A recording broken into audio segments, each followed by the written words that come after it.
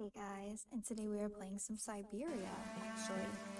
I accidentally started this as a recording instead of a live stream, so that's why we already are in the thick of it, but it just began, so you didn't miss anything.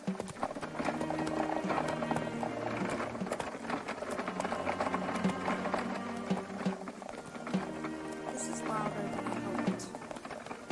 I might have to turn it down a little bit more. Apologies. It is not frozen, it is just kind of paused for a moment while I get my bearings in order. Let's see. I guess. Hopefully you can hear it okay. Find out. I just had to turn it down a little. It was a little loud. I wanted you guys to be able to hear me.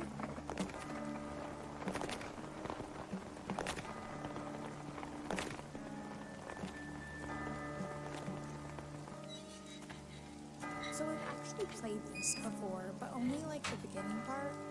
I will actually probably mention the part where I left off when I get to it.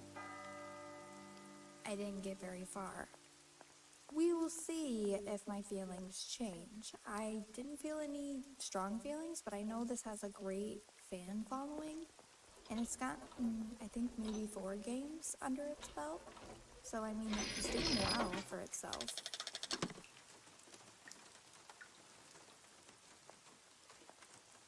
It reminds me, the animation reminds me a little bit of Still Life, which I really enjoyed. But I don't know if I'll like it as much as Still Life, because it doesn't have that detective aspect. I really want to play Still Life right now. It had its problems, I'm sure, but honestly, I liked it. The magnifying glass cursor indicates that you can look closer at a specific area. You can leave this view by clicking near the bottom of the screen when the cursor changes to an arrow.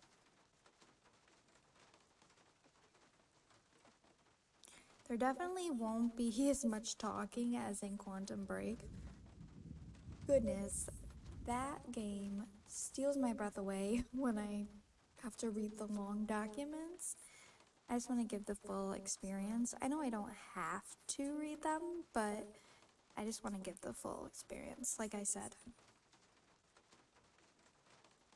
Let's see. I'm just gonna...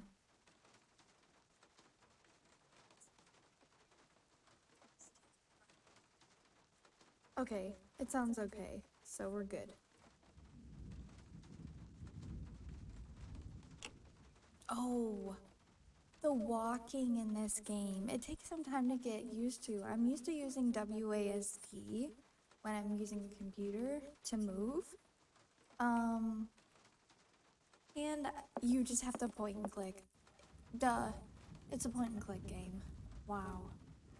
But after using WASD, it really throws you off, but you know, I should have remembered that it was a point and click. The speech icon indicates that you can interact with the character. Okay. Hi there. Hey, hi there.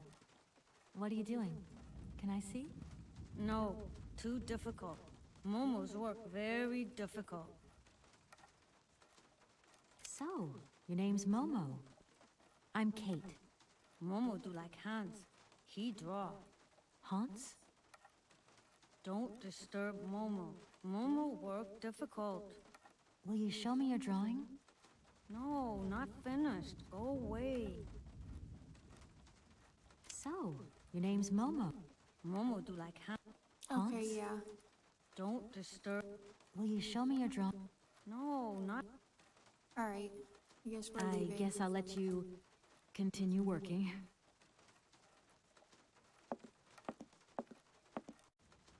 Alright.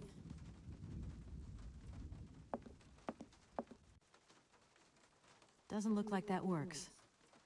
I need a key. Indicates you can grab the object. Bell key. I need a key. You just took it. Did you not? There.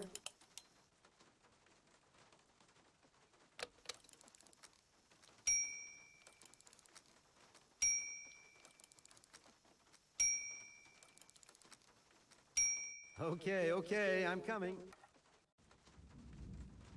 Hi there. Hello there, ma'am. I would like a room.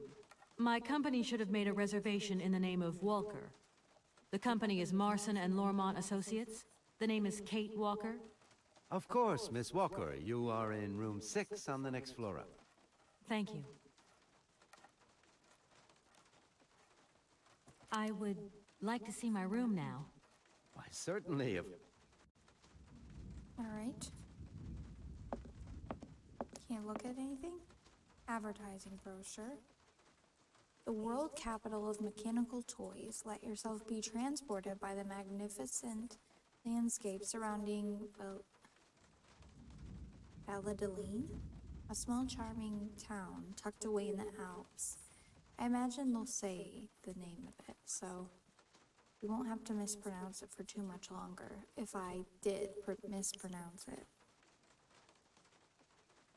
And by Vorarlberg Manufacturing, whose exceptional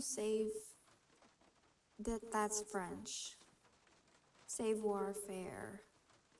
In the specialized world of luxury, mechanical toys and automatons is at the root of Valladolid's reputation around the world. For 800 years, the Vorarlberg family has passed its knowledge from generation to generation, perfecting the art of that particular bench-of clock, making that breathes life into the complex network of cogs and spindles that make up automatons. Its creative wonders once defied belief and drew the admiration of young and old alike. People would come from across Europe for a chance to vie for the right to own one of these fantastic toys. Unequaled savoir-faire. At the heart of a mechanical automaton is its motor. A series of spindles are set in motion to music via a set of cogs. Attached to the spindles are cams that are shaped in the image of the music. In turn, they command a series of rods, which control the gestures of the toy at their tips. Automaton construction takes place in 3 stages: modeling, mechanics, and casing. The process requires the participation of 20 different specialized trades. In its heyday, the Vorarlberg factory employed over 100 craftsmen, mechanics, watchmakers, sculptors, tailors, and dressmakers, working in separate workshops. Vorarlberg automatons all have 2 distinguishing features in common: their high-precision mechanisms and the characteristic Vorarlberg wind-up key. Devising and assembling each model is a meticulous process. Standard toys are constructed from local wood, while the most sophisticated ones use more precious resources, such as ebony imported from Madagascar. Despite competition from Asia, the Vorarlbergs never gave in to the temptation to produce electrical robots and chose to continue their exploration of the mysteries of perpetual mechanical motion. The Vorarlbergs have come a long way from their simple jointed puppets of yesteryear. Today, their creations are so lifelike, one has the impression that they can think for themselves. The first signs of puppet manufacture in Valladolid go back to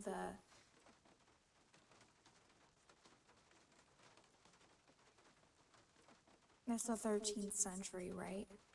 While there was maybe no definite puppet industry at the time, Hermann Vorarlberg's renown was recognized even in the court of the emperor. It was not until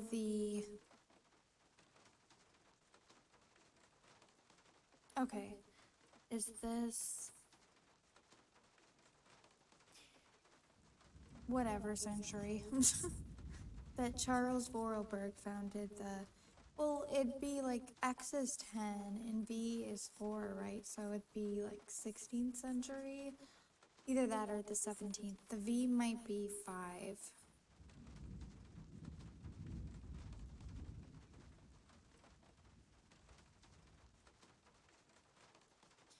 Anyways, Charles Vorarlberg founded the Vorarlberg Mechanical Toy and Puppet Factory. An industrial activity in the valley really took off. The reputation of Valladolid and its famous toys then just kept growing and growing. Charles Vorarlberg, with one of his creations, a large part of production was devoted to producing theatrical puppets at the time.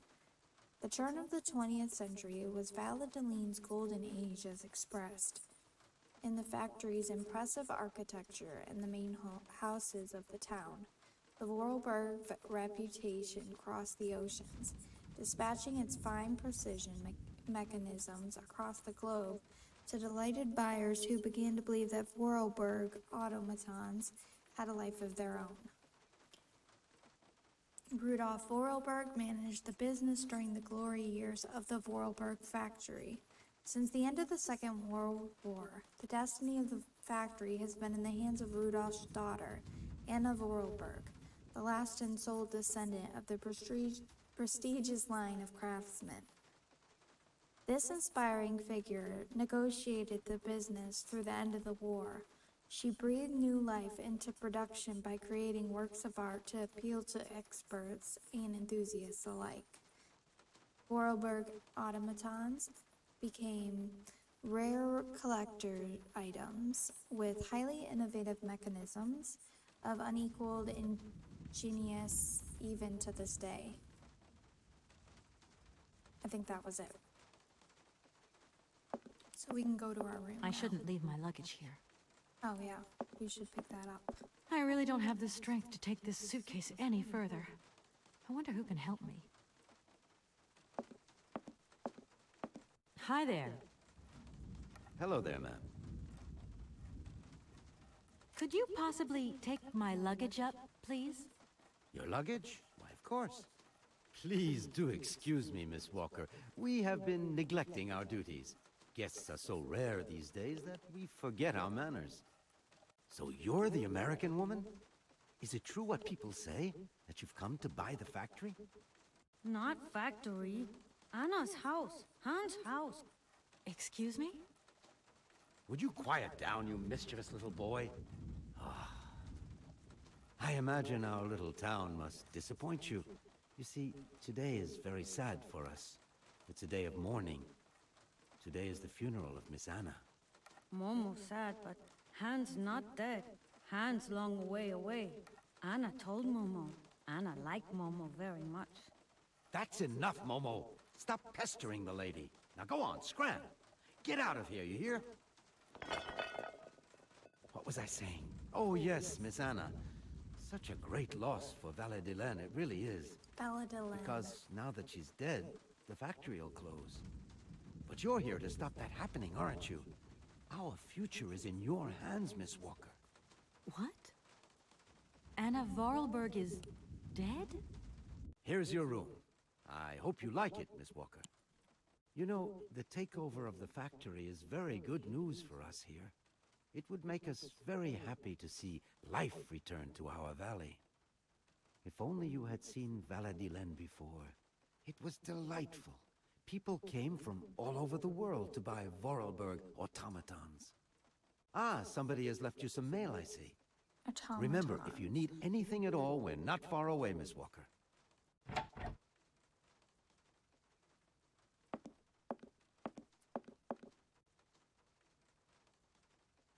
Fax 1. Dear Kate, our client, the Universal Toy Company, is more than eager to see conclusions from the talks with Vorarlberg Manufacturing with view to a takeover in the days to come. And we have received notification to this effect. We are counting on your undoubted qualities as a business lawyer to bring negotiations with Madame Anna Vorarlberg, the current owner, to a close. Allow me to remind you that the Universal Toy Company is a multinational which has a monopoly on the toy market. It is a Class A priority client who is also presenting Madame Vorarlberg with a golden opportunity to sell her factory. You should remind her of this fact in case she starts having last-minute second thoughts before signing the purchase agreement. I am under no doubt that you will live up to the great expectations I have in you. Edward Marson. I should tell Marson about the death of Miss Varlberg. I hope this isn't going to get too complicated. I can't see myself staying here too long. The phone can be accessed from the inventory used to call important people when necessary.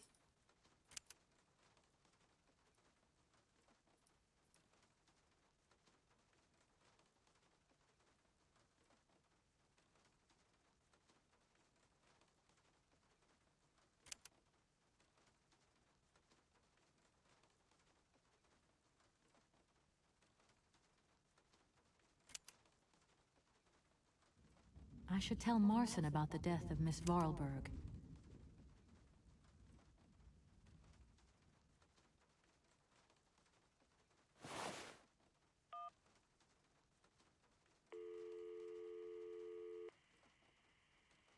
Marson and Lormont, how can I help you?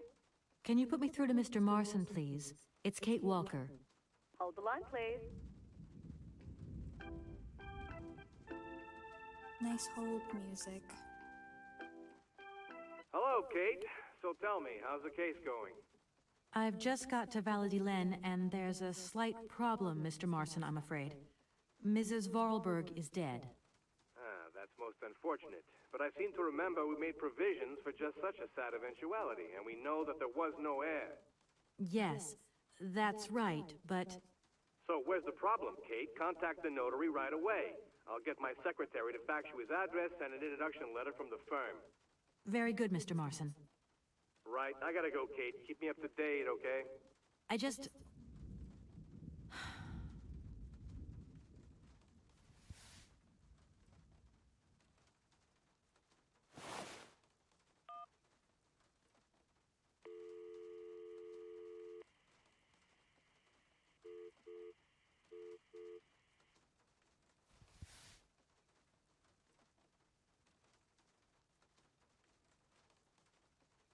No point. It's...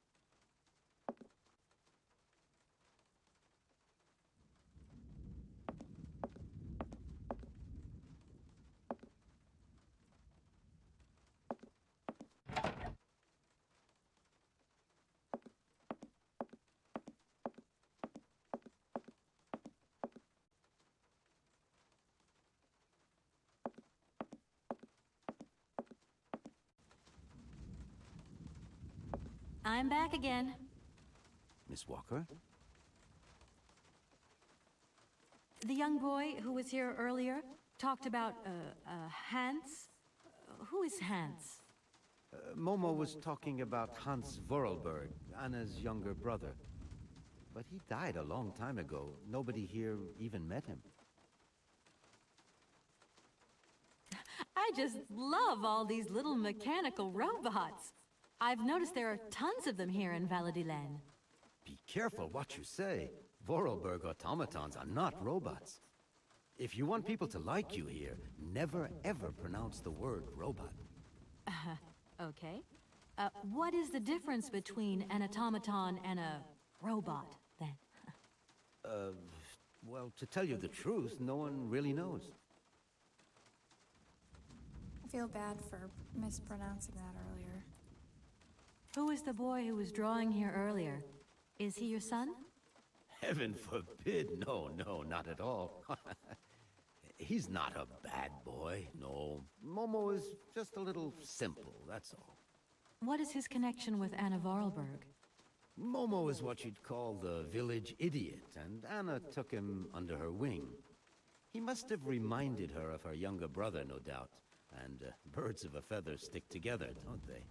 You're implying that Anna Varlberg was a little bit slow as well? Heaven forbid, no, not at all. She was a real loner. She kept to herself, that's all. A fax didn't arrive for me, did it? Maybe. I thought I heard the phone ring. Do you think you might want to go and check? Certainly, ma'am. Immediately. Thank you very much. Okay, so as you are no doubt aware, our practice is charged with undertaking negotiations for the takeover of the Vorarlberg manufacturing by our client, the Universal's Toy Company.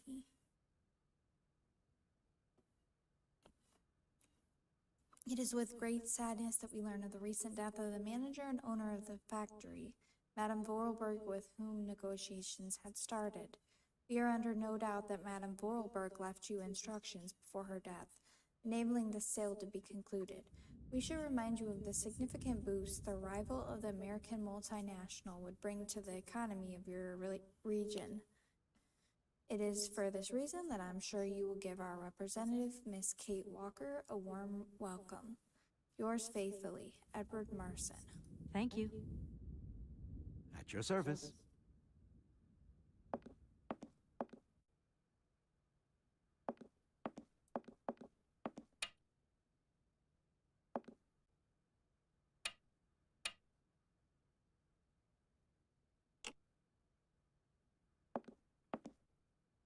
I got everything, I think.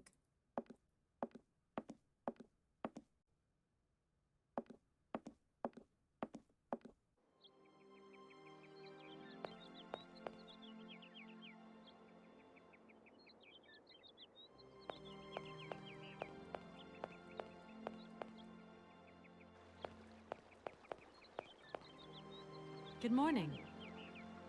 Good morning. What a pleasure to meet such a lovely young lady honoring our aging streets. Please sit yourself down next to me so we can enjoy the air together.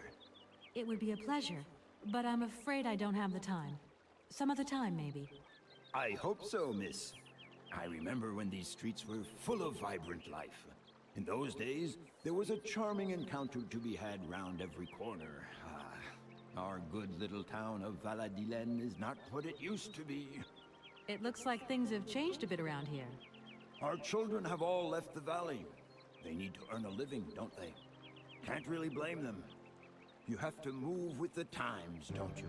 And it's not at the Vorarlberg factory that they'll find jobs. Being excluded from the world is not an easy burden to bear, believe you me, miss.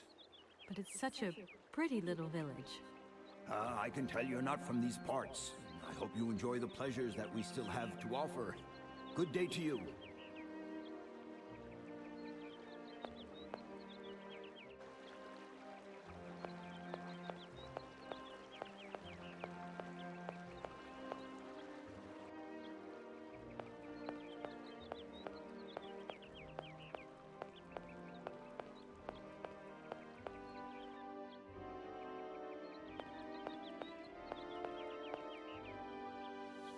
No point.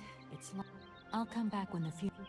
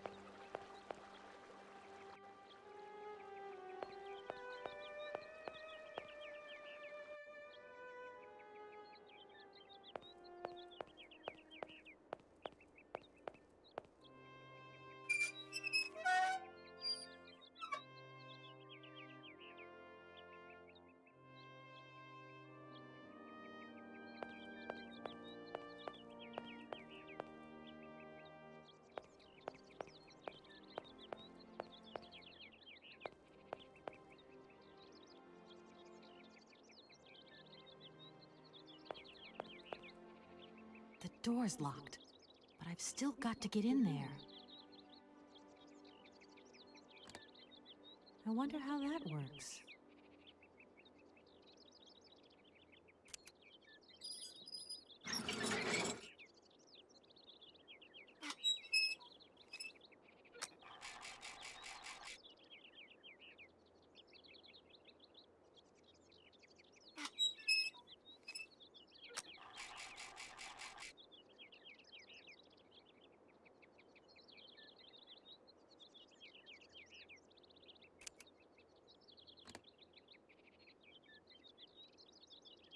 I wonder how that works.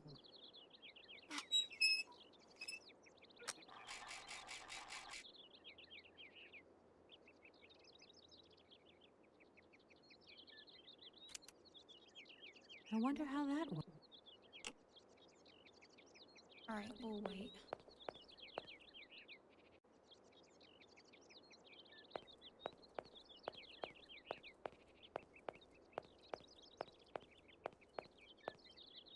No point. It's locked.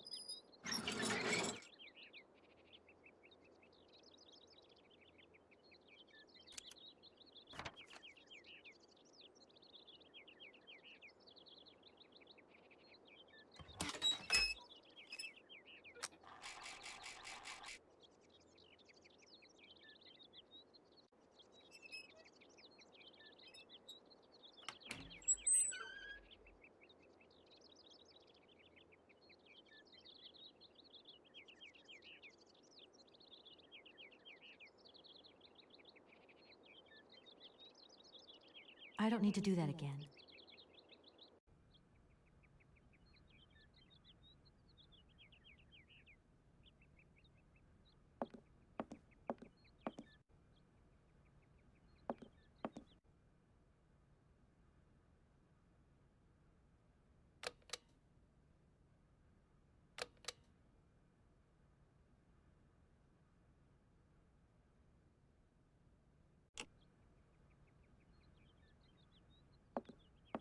Hello, sir. Miss Walker, I presume. Have you had a good journey? Everything went very smoothly. Thank you. Do take a seat, Miss Walker, please. I imagine you are aware of the business that brings me here. Of course, I was waiting for you. I am the legal representative for the Universal Toy Company. I'm responsible for... So I understood, Miss Walker. Miss Walker, I am afraid that the sale of the Vorarlberg factory is not as straightforward as it first seemed. Whoa there. Everything was agreed. We'd obtained Anna Vorarlberg's consent, and her death does absolutely nothing to invalidate that. Now I have to be back in New York the day after tomorrow, Metro Alphoter. My client and I are impatient to seal this deal. I understand, only too well, Miss Walker. There is an heir, Miss Walker. Excuse me? An heir? But Madame Vorarlberg never married, as far as I know. And in my last conversation with her, she absolutely never mentioned this detail. Miss Walker, believe me, I was more surprised than you are. Anna Vorarlberg sent me a letter 2 days before she died. Understand, Miss Walker, that had I known about this earlier, I would have informed you. I shall read you the document in my possession.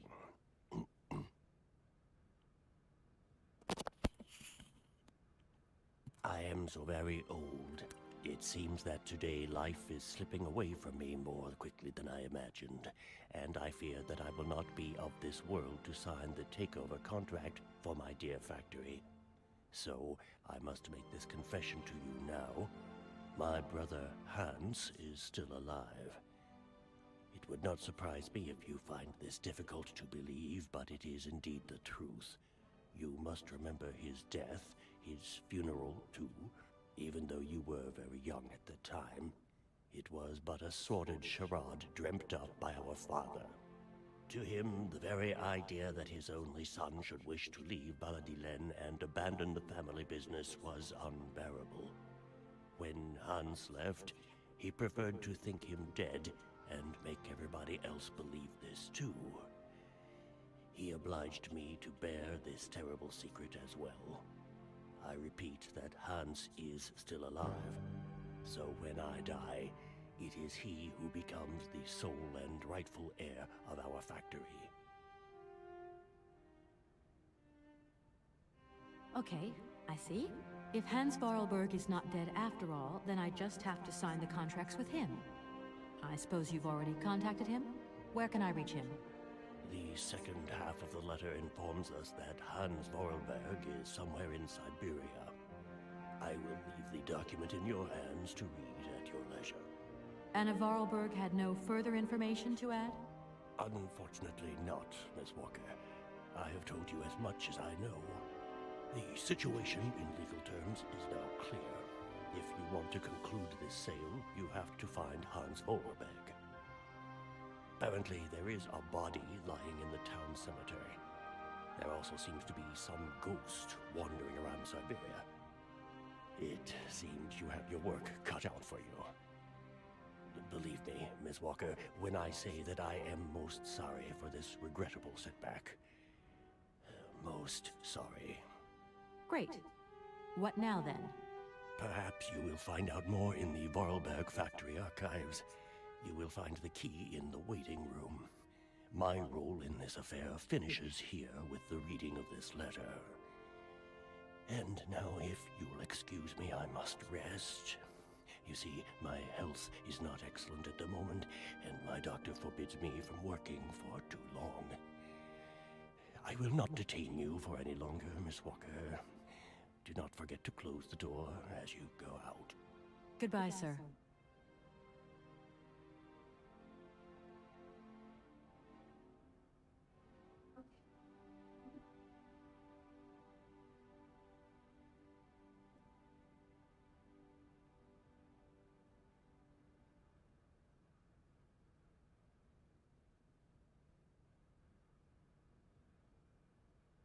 All right.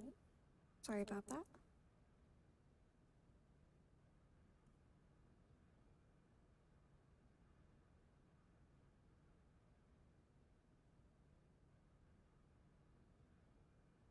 That is a magnificent automaton you have at your entrance. I'm very proud of it. And since my health problems, it has become absolutely indispensable for me. Yes, indispensable. It was Anna Vorarlberg who had the idea. She provided many houses with this kind of machinery.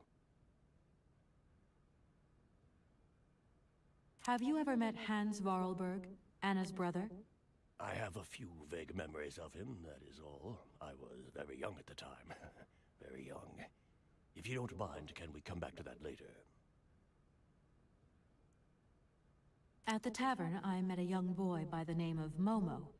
I was informed that he is mentally disabled.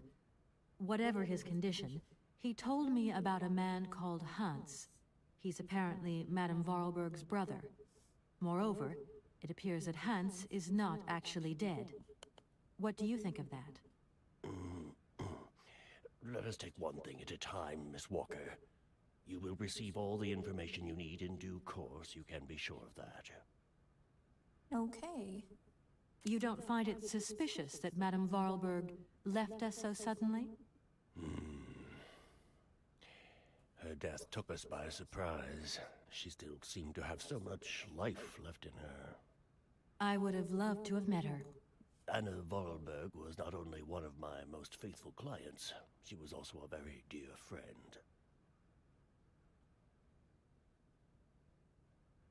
Seeing how as Madame Vorarlberg is no longer with us, I trust that I can rely on you to conclude the sale? Please do not set your hopes too high, Miss Walker. I fear that I cannot be of much help to you.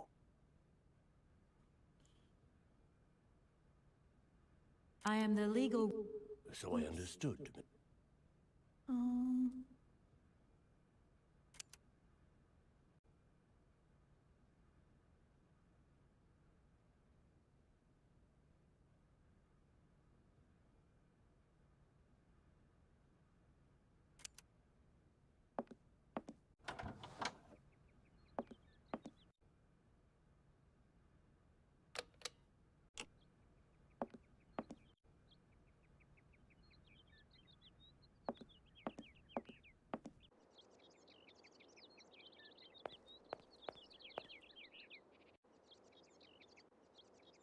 I think we actually go this way first.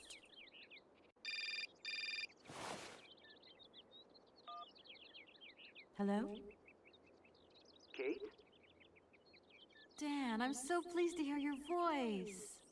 How are you, honey? Did you have a good journey? Have you settled in? It was long, tiring, damp especially, but I'm okay. Especially when you... Everything going as planned? Yeah, I mean, well, not really. It's not exactly what I thought it would be. You know, everything's so different here. Actually, while we're on the subject, I managed to free myself up tomorrow lunchtime. I'll come and meet you at the airport. I hope the flight from Paris won't be delayed. We're expected at the Goldbergs about 8 o'clock. I hope you have the time to take a shower and change, my poor honey bun. Dan, I don't think the Goldbergs tomorrow night is really on. Don't worry, Kate. You'll be as perfect as ever. Anyway, you never have to wear much to look really great. Dan, I'm going to have to extend my stay here. She doesn't have There's to wear one or much. two complications. You understand? Kate, honey, what are you talking about? It's only a measly toy factory. The sale isn't going through as expected. I've got to stay a bit longer. Dan, you don't mind, do you? But Katie, you can't do this to me. I mean, it's the Goldberg contract. There's millions of dollars on the line here. I know, I'm sorry. You go ahead. Don't worry about me. I'll get back as soon as I can, I promise. Okay, I've got to go. I'll call you back soon. Love you, honey.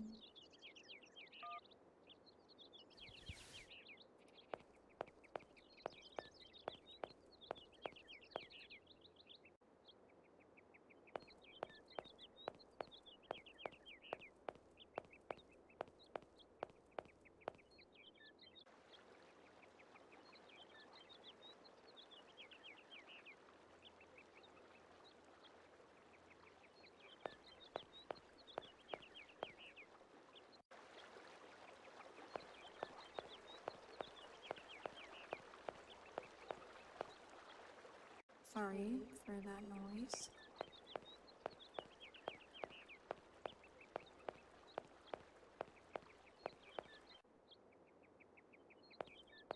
Oh, finally the door's open. Another call. Hello. Kate, so what's new? We've got a problem, Mr. Marson. What problem? Come on, Kate, don't beat around the bush. There's maybe an heir. What? Hans, Anna Vorarlberg's brother. Looks like he's still alive. We can't buy the factory without his consent. What? What is this? Where's this mystery brother come from? And more to the point, where is he? What did the notary say? Nothing. I mean, nothing else. You know, sir, it's an odd town here. Everything's odd. The people, things. The situation's not straightforward. I have a small bit of research to do. Listen to me, Kate. Universal Toys is one of our biggest clients, and I don't care how weird that town is. All that matters is that you do not set foot back in New York before you've tied up the deal. Get the picture. Yes, Mr. Marson. You can count on me. Darn it!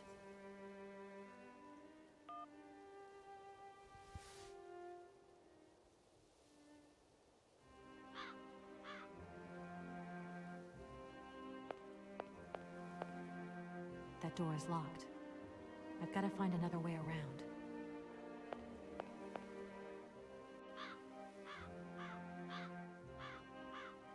I remember this part.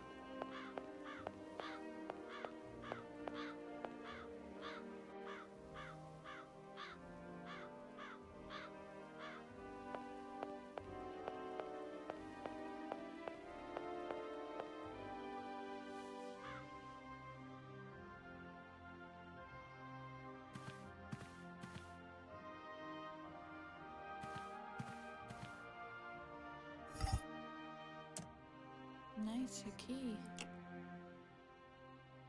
Nothing else.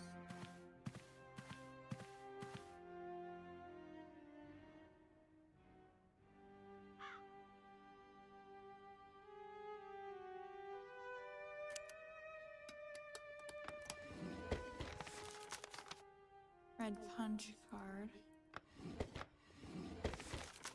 Purple punch card.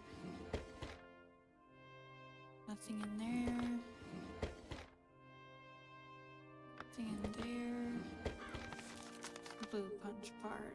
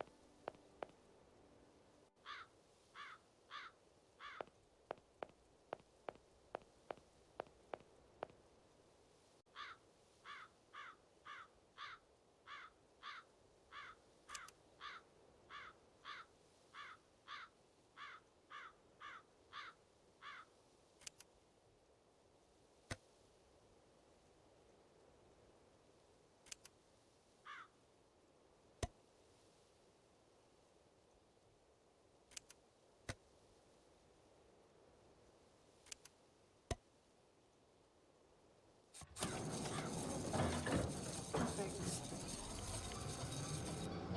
Cool elevator.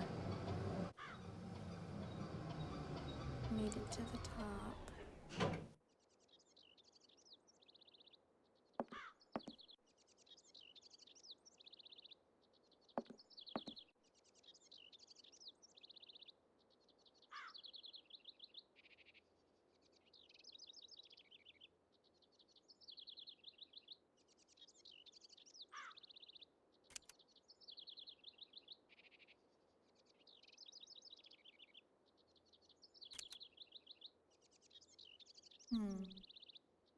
Or do I use this?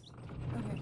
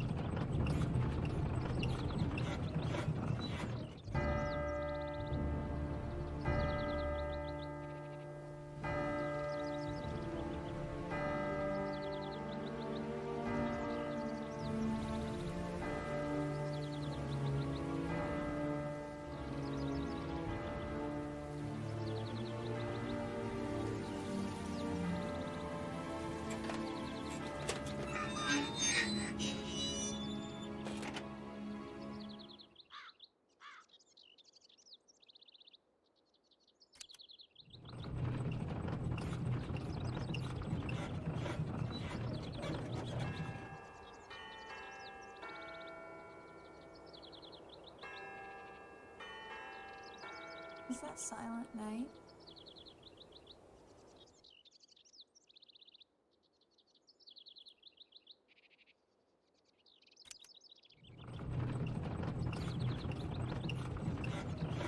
We only took the one punch card.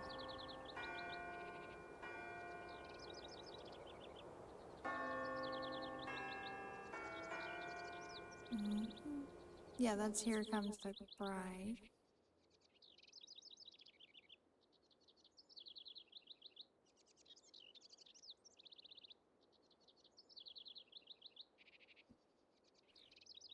I no longer need these punch cards.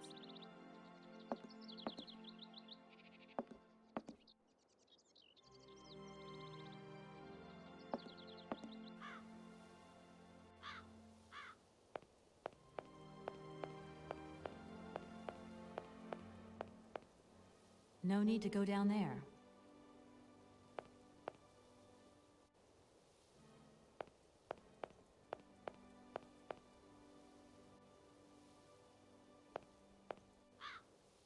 I need a key.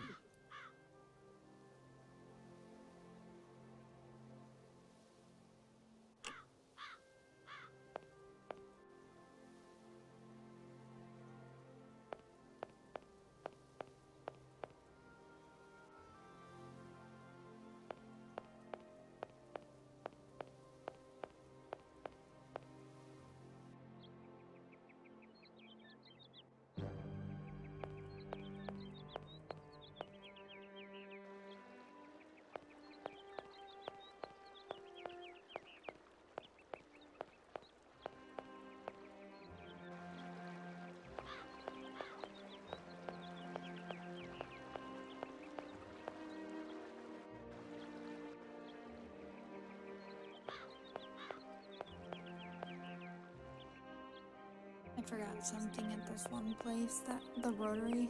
I forgot something. I need the telescopic key.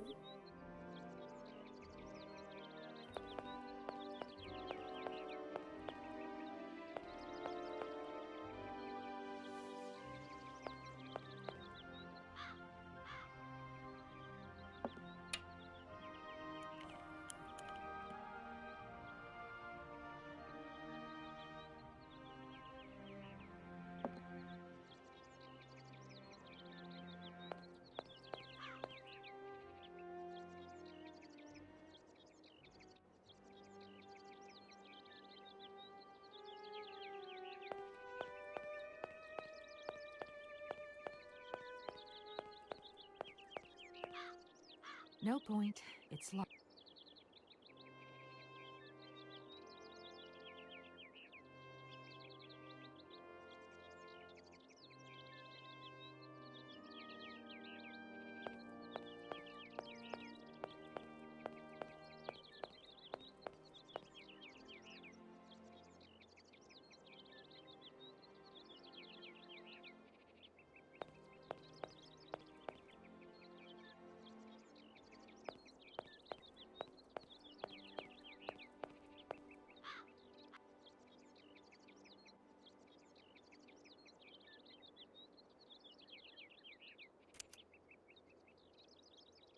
Doesn't look like that. Doesn't look like that.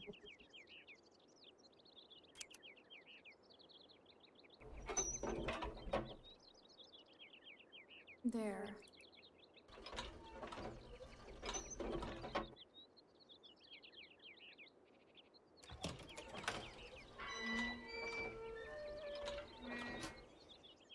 Hallelujah.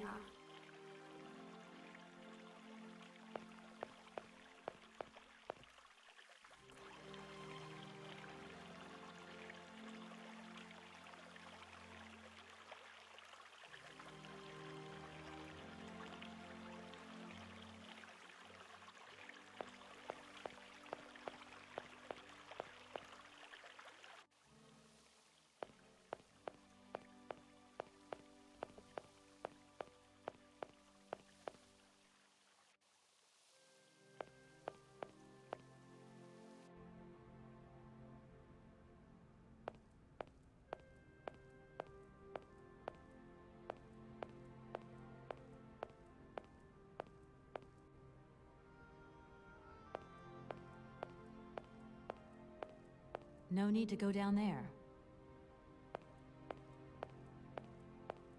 No need to go down there.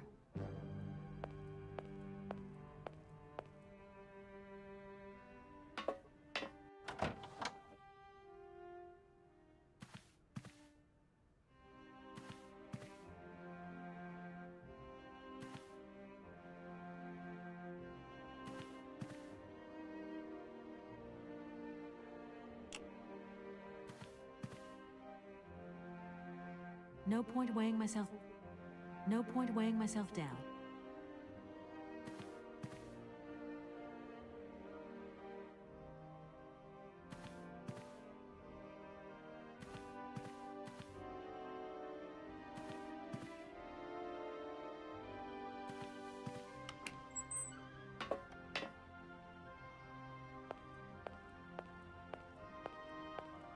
No need to go down there.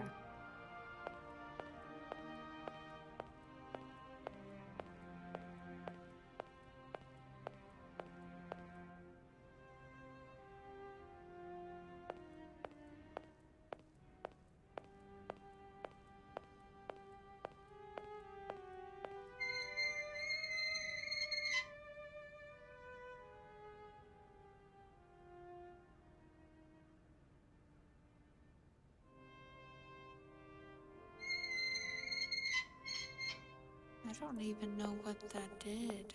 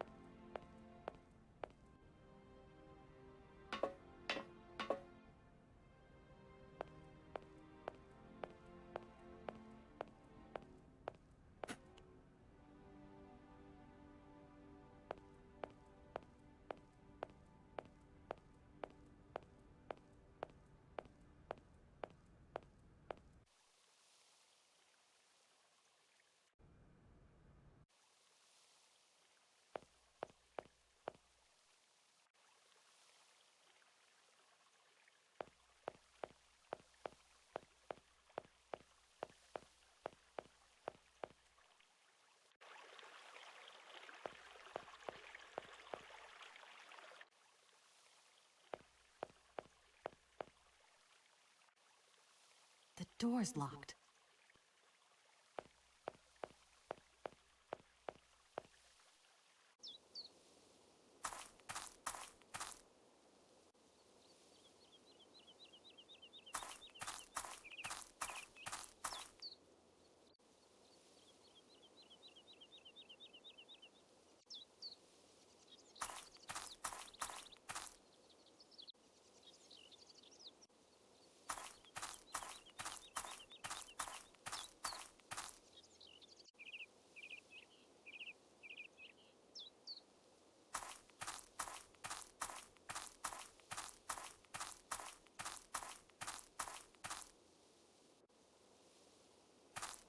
Good morning.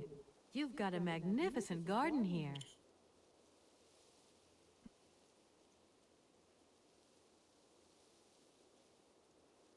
Oh, please, don't talk about it. Since my gardener automaton broke down, there are weeds everywhere. You can't imagine how much work it takes me. I don't know whether I'm coming or going. We're not used to doing without our robot help here in Veladiland. But everybody says that we're going to have to get used to it.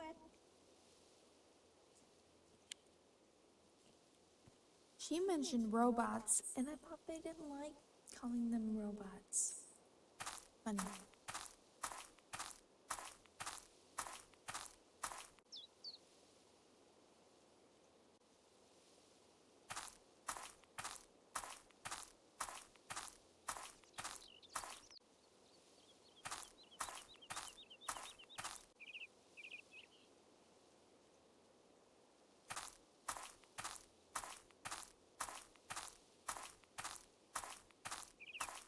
No point. It's locked.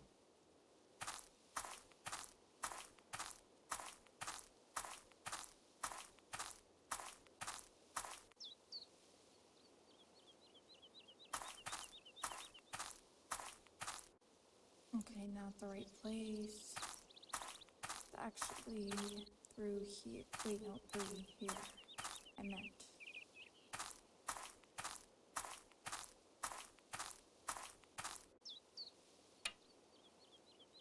Bird key.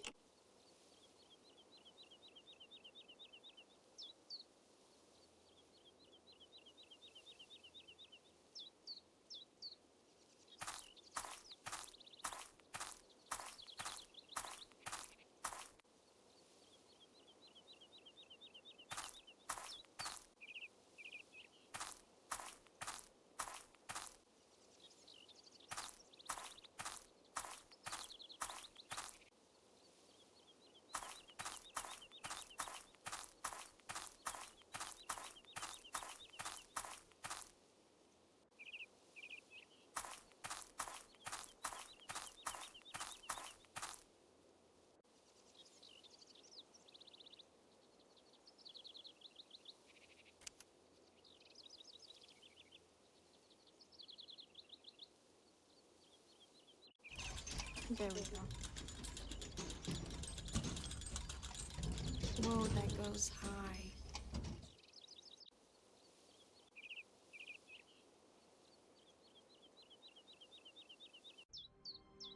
That's kind of scary.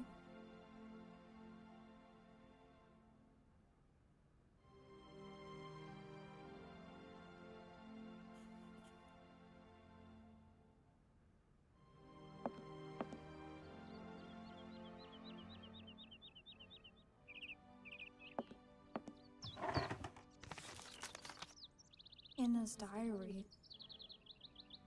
May 14th, 1930. Yesterday, something terrible happened. I do not know who to turn to, who to talk to, so I have decided to write it down. You, dear diary, are now my confidant and sole guardian of my secret thoughts. Hans lies in the next room teetering between life and death, and I am terrified. Oh, the injustice of life. First Mama, then Hans. Or hands. Sorry, they were saying hands. Please, dear Lord, don't take my little brother away as well. May 15th, 1930. Hans made me promise to keep this a secret, but its burden is too heavy. I know I can tell you, though. Dear diary, we discovered a cave in the mountains, a marvelous cavern with ancient paintings on the walls. Only prehistoric man could have painted them because there were depictions of mammoths, which are prehistoric creatures as well. That much I know. I hate mammoths now. It's all because of them and because of that stupid prehistoric children's toy. My hands. Oh, why did you try and take it? And why did I let you climb up there? It's my fault you were in a coma now. Hands, if you die, I do not know how I could ever forgive myself. May 16th, 1930. Hans has still not regained consciousness. Father cannot sleep and Gertrude cries all day long. Outside the heat is suffocating, but inside the house is icy cold and dismal. I still have hope though. I know my brother. I know his strength. He will pull through. He never gives in. Also, kudos because this paper does not have any lines in it. And they're writing pretty straight, so that's impressive. I couldn't imagine writing on something that wasn't lined paper. Not like this, not as a journal. But there are some really cool, like worn notebooks out there that only have these pages, and they look really cool. They have like the ragged, like edges. They're like torn, I don't know. They have this like really cool look about them, and they're very interesting. May 17th, 1930. I cannot think of anything else but Hans. I keep wanting to say Hans. In all my waking and sleeping dreams, I see his fall over and over. I see his head hitting the rock and his oh-so-pale face softening. I have taken refuge in the attic. It is the only place where I find any peace, wrapped up in all my memories. May 18th, 1930. 5 days have passed since the accident and Hans has still not opened his eyes. To see him like this is unbearable. Please, God, protect him. Take my life, not his. May 19th, 1930. I feel so desperate, so alone. I want to snuggle up in Father's arms, but I dare not. He is just so impassive. Oh, Hans, don't leave me here. May 20th, 1930. It has happened. Hans has come back to life. He opened his eyes and uttered my name. My name. Do you realize? This is the happiest day of my life. I want to take to the streets and sing, to proclaim my joy to the world. Thank you. Oh, thank you, God. May 22nd, 1930. How wonderful, how beautiful life is. Gertrude and I cannot stop breaking into uncontrollable fits of giggles. Hans even wolfed down his meal today. I knew he was tough, my little brother. Even Father smiled at me today when he said good morning. May 25th, 1930. I don't know whether I'm coming or going. I'm totally absorbed in Hans' recovery. I have scarcely 5 minutes to myself to return to my refuge and scribble down these words. May 29th, 1930. It is very curious whether Hans is hungry, thirsty, or if he wants something. He cannot stop saying my name. He can't bear it when I leave him even for an instant. Gertrude thinks that I should move my bed into his room to help him sleep better. I hope that Father will agree. June 2nd, 1930. Today was the first day that Hans has left the house. We went for a short walk in the garden, but Hans is still very weak. The doctor said we should be patient and shouldn't rush him. It is so hard, though. I hope so much that life can return to how it once was. June 20th, 1930. Hans has been out his coma for a month now. He still doesn't say much and he has difficulty moving. He sits motionless for long periods of time, his eyes wide open, as though lost in thought. I have often had to call his name several times before he reacts. Then he will smile, and when he does, the moment is magic for me, and I couldn't possibly be happier. June 22nd, 1930. I had to talk to him. The burden was too great. I asked Hans about the accident in the cave to find out what he could remember. He could utter only one word, mammoth, and his eyes glowed so strangely when he said it. that he frightened me. September 15th, 1930. I go back to school today, and for the first time in my life, I am dreading it. I am afraid of leaving Hans alone. Despite Gertrude's kindness and attention, I have the impression that Hans is much less nervous when I'm there. October 20th, 1930. While I was doing my homework yesterday evening, Hans crept up on me so quietly that he made me jump.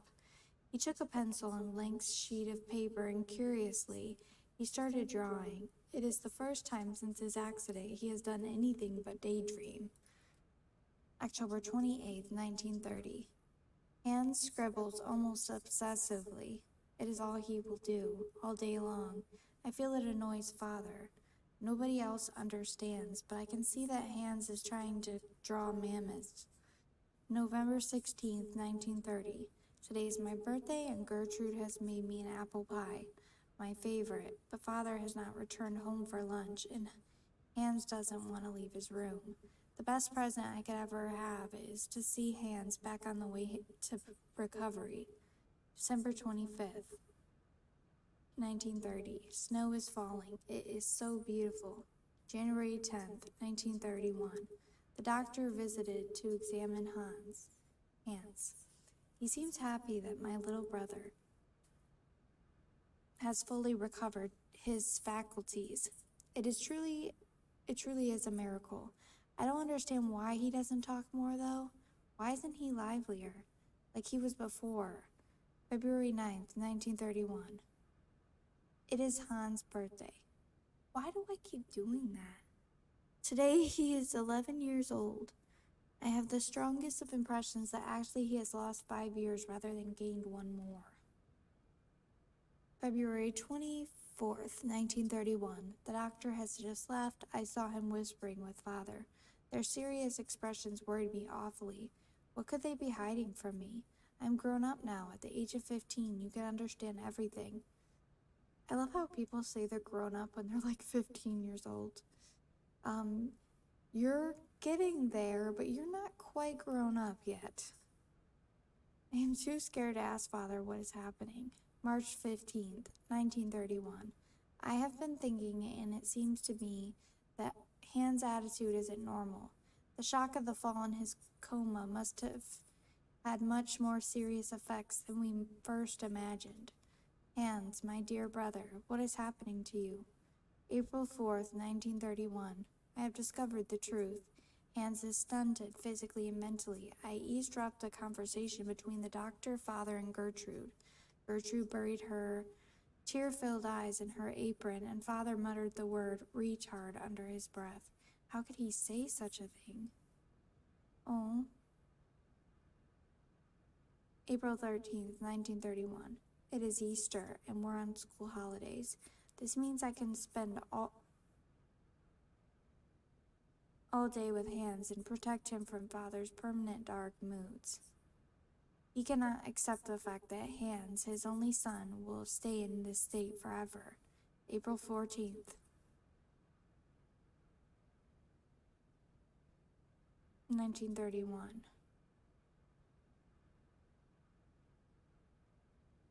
It is truly difficult to accept, but it is not Hans' fault. Mine may be, but not Hans. I don't know how to make Father understand. He seems full of hatred for him. It is dreadful. I feel so powerless. Yeah, he sounds awful. May 14th, 1931. 1 year. 1 year has gone by, and it feels like an eternity. The situation shows no signs of improvement, neither in terms of Hans' mental health or Father's attitude toward him. May 30th, 1931. Does this diary go on forever? Extraordinary. Father has decided to take Hans to Paris for new tests. He says that only in the French capital will he find truly competent doctors. We must make Hans ready for the great expedition. June 6, 1931. No news from Father and Hans, but I remain hopeful. I'm sure they will take good care of my little brother. July 15th, 1931. Wow, over a month. They have returned. Hans rushed into my arms and started crying. It took me a long time to calm him down and get him to sleep. Father is still as taciturn as he was before he left. The French doctors have confirmed the diagnosis. Hans will remain physically and mentally impaired. I'm stunned. August 28th, 1931. The summer is coming to a close. It has been less stifling than the last. The sun has put color in Hans' cheeks. Hans? When I look at him, I have difficulty imagining that he will not change. November 16th, 1931. Father still says nothing and increasingly shuts himself away in his office at the factory. Christmas. Gertrude tells me that love and faith triumph over any science. I lack neither, God be praised. January 12th, 1932. Father took Hans to the factory this morning. Hans was so afraid that I accompanied them. Fortunately, Father said nothing. I failed to understand why he insisted on bringing him there. January 13th, 1932. Father left for the factory with Hans once again this morning. I think he wants to persuade Hans that he could be useful for something. It is his way of resisting faith. February 17th, 1932. For a month now, every morning, Hans has gone to work with Father at the factory. I'm not exactly sure what he does there. He seems to enjoy it. I feel my brother's behavior has changed considerably. He is much less capricious. April 14th, 1932. I could cry. Hans has made me a present. A small robot mammoth with a trunk that rises and falls. When Father saw it, he nodded his head in satisfaction. May 20th, 1932. Both Gertrude and Father now have their own robot mammoths. Theirs are even more intricate and finely tuned. Little brother's not such a retard after all.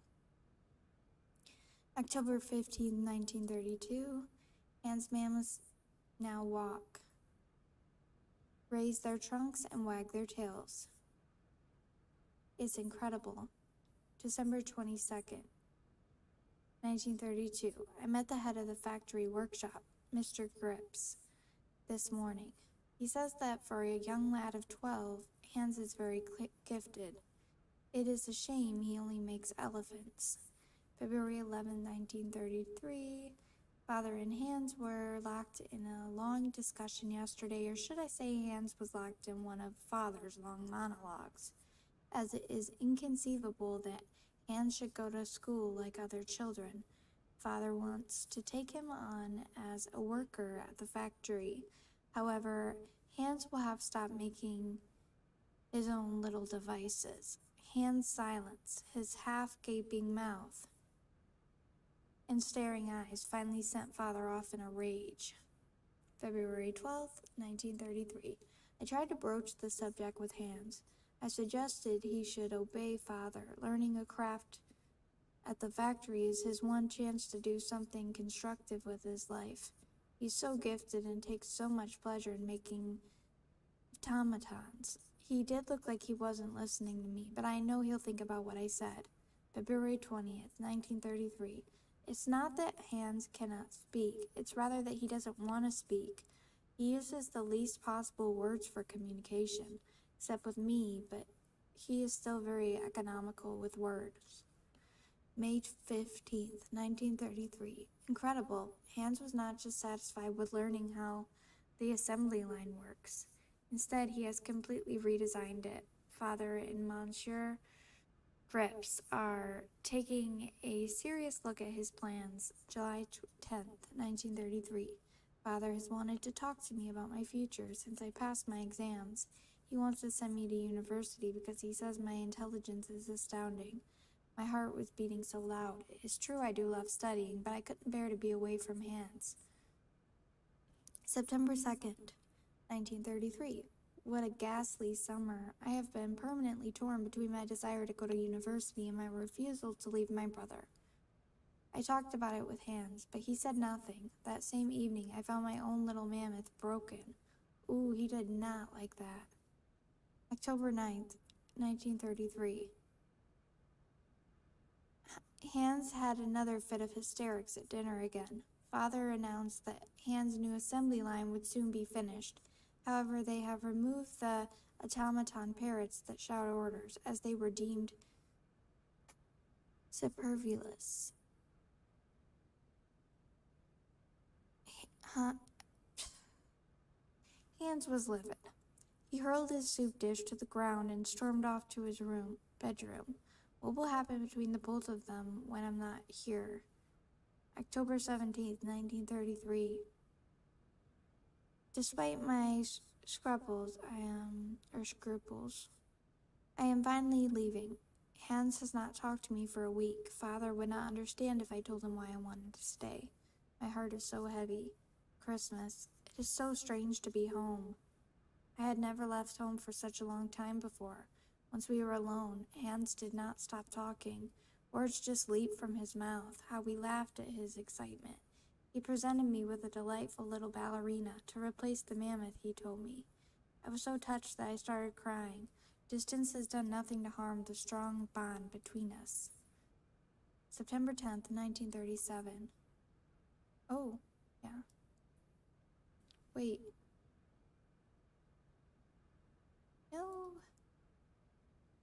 Wow, there is a lot of writing in that. I will read it though. Let's read this again.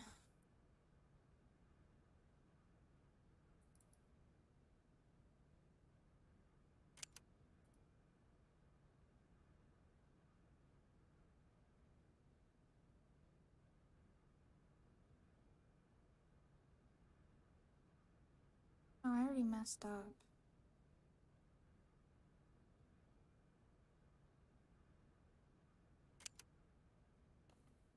And I thought Quantum Break had a lot of writing documents, whatever.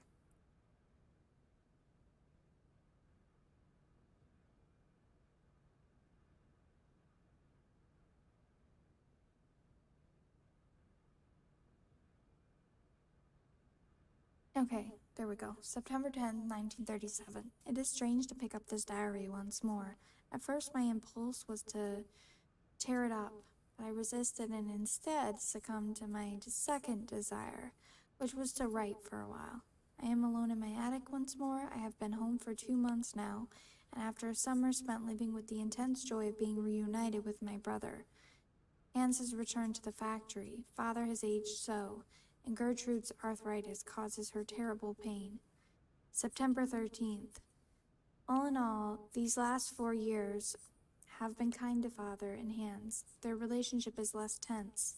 They still do not exchange much conversation, but they now have a thing in common. The factory. I'm even beginning to feel a bit jealous. Silly, really. September 17th, 1937. Hans hasn't changed. To help Gertrude, he has designed a total automated kitchen, and Gertrude can't stop moaning at the wooden puppets. Oh, how I adore them. October 9th, 1937, I went to go and see Father and Hans at work. I hadn't been to the factory for ages. It is strange how much it has changed. I was very curious to see them set about their tasks. I like Father's new office very much. Hans has a small workshop on the first floor, crammed with odds and ends, unfinished robots and designs. Exactly as I imagined it, in fact. October 15th, 1937. The factory is working very well. Orders for toys keep coming in, spurred on by the run-up to Christmas. When I was at university and I said my name was Vorarlberg, people would ask me if I had any relation to the Valladolid factory. Now I know the effect that Hans' genius has had on the factory's renown. November 2nd, 1937. To make myself useful, I started helping Father set his papers in order. The most extraordinary thing of all is that for the first time ever, I have the impression that the three of us form a real family. December 8th, 1937. Hans never ceases to surprise me. Between home and the factory, his behavior is so very different.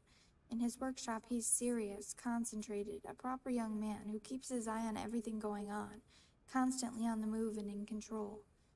One has the impression that each single toy is his very own infant.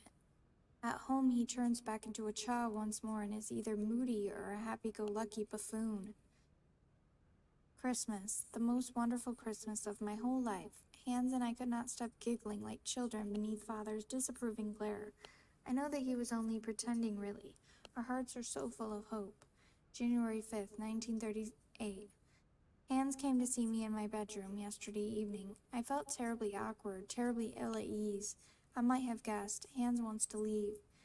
Leave Valladolid, the house and the factory. He wants to go traveling. He doesn't know where to or for how long. That's just like him. I was so shocked that I told him his plans were foolish. He left my room without a word, his head bowed. Aw. January 7th, 1938. I thought that he wanted to leave because of Father. Not at all. It's because of the mammoths. He wants to go tracking mammoths. I thought he had gotten over his obsession. I know my brother only too well. I wouldn't dream of telling him his quest is useless. It isn't worth it. He will not listen to reason. January 10th, 1938. I was so selfish the other evening. I returned to talk to Hans and ask him gently if he was sure of his decision. I already know what the reply is going to be. Nothing will make him change his mind. January 19th, 1938. Despite my profound sadness and despair, I must help Hans fulfill the destiny he has chosen and announce the news to Father. I fear the worst. January 24th, 1938. The worst was worse than my fears. Father's anger was terrifying. He shuts Hans away in his workshop at the factory and has forbidden all visits except from Gertrude, who feeds him. February 1st, 1938. Father has decided that Hans should remain locked up for as long as it takes him to abandon his infantile decision. Gertrude tells me that Hans is very despondent yet highly resolute. The worry is driving me mad. February 6, 1938. As soon as Gertrude returns from the factory, I hasten to get news of my little brother. He doesn't say anything. He just fiddles with bits and pieces. She replies every day with a sigh. I have tried desperately to reason with Father, but I know I am just wasting my breath. February 9th, 1938. Hans is 18 years old today, and he is all on his own for his birthday. February 20th, 1938. In secret, Gertrude delivered to me a small robot from Hans. It's a robot of us as children. It works with a small cylinder punched with tiny holes. I quivered with emotion as I turned the key. The message it gave was simple. He was telling me he loved me very, very much. February 21st, 1938. Gertrude gave me a different tiny cylinder for today's toy. Hans is truly incredible. He has found a means of communicating between us and us alone in total secret. February 27th, 1938. My days are spent eagerly awaiting Hans' messages. He has now resolved to run away. He is preparing his escape like if it was a game. March 6th, 1938. Gertrude has returned, and she is beside herself. Hans has disappeared. Father has not even designed to return to the workshop where he locked up his son, nor find out how he managed to escape. Or deigned to return. I said designed, I think. He just gave me a black look, as if... I can understand if it says bleak, but black? As if he knew we were up to something behind his back. March 7th, 1938. It is beginning to dawn on me that Hans has gone. I miss him so much, Lord. Please protect my little brother and watch over him for me. March 11th, 1938. With Hans gone, Father now locks himself away. Night and day at the factory. The house is so gloomy now. March 12th, 1938. This morning I caught Father in the drawing room installing a coffin on a trestle. The sight of it made my blood freeze. What on earth is he up to? My questions meet only with stony silence and a permanent black countenance. March 13th, 1938. Behind closed curtains, the drawing room with the coffin, surrounded by huge candles, has become a veritable funeral chamber. March 14th, 1938. This is ghastly. I have just understood what Father is up to. This morning the priest came to pray before the coffin, and I finally caught on. Father is in mourning for the death of Hans. Father made the priest believe that his son was dead. How could he do such a thing? March 16th, 1938. In the madness occasioned by his grief, my father grows ever more cold and calculating. He contacted his old friend, Dr. Schmoll, who duly drew up a bona fide death certificate without even seeing the body. I dare not imagine what yarn he spun. March 17th, 1938. Hans' funeral will be officially held next Sunday. Father strictly forbade me to attend. This sordid masquerade makes me feel ill, but I cannot denounce the subterfuge, or else I will display my father's mental instability to the world. The shame would kill him. That much is certain. March 23rd. 23rd? Okay, that's funny. 1938. I have to get away, far, far away. April 23rd, not 23rd. No, I will not leave. I have thought long and hard. My life is here next to my father. He needs me too much now. The factory needs me, because Father is incapable of running it now. Besides, I can only find peace of mind among Hans' robots.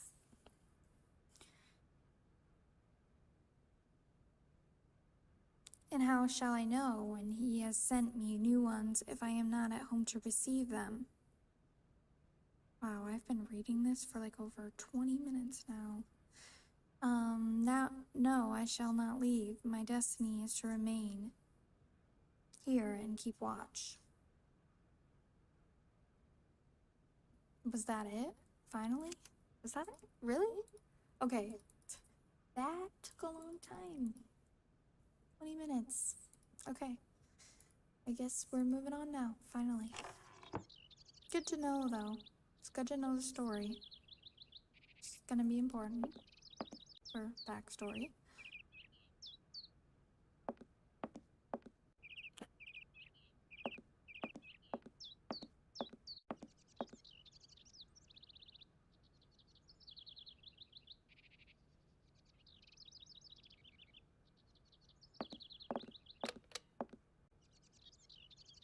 It's a mammoth.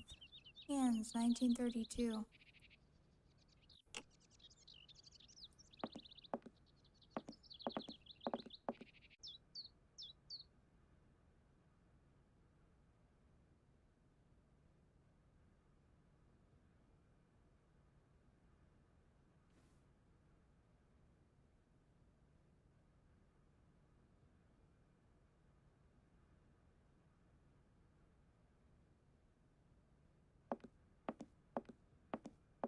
Mammoth. You draw mammoths for Momo? Ah, Momo, it's you. You scared me.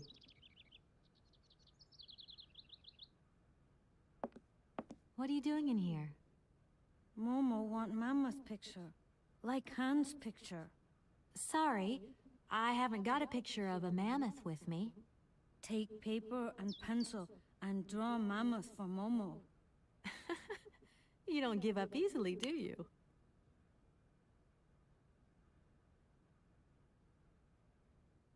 Well, I know where to do it.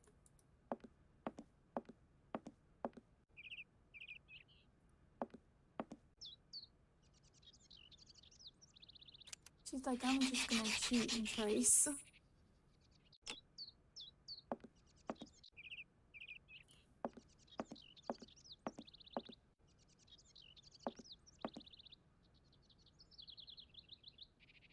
You remember me, don't you? I'm Kate. Draw mammoth for Momo, please. You must find me a bit rude turning up places uninvited where nobody knows who I am. See, it's kind of my job, you know, to get involved. But don't mind me. Just carry on with what you're doing. Momo not mind. Anna kind. never angry. That's right. She won't be angry. Not now. Momo, I've...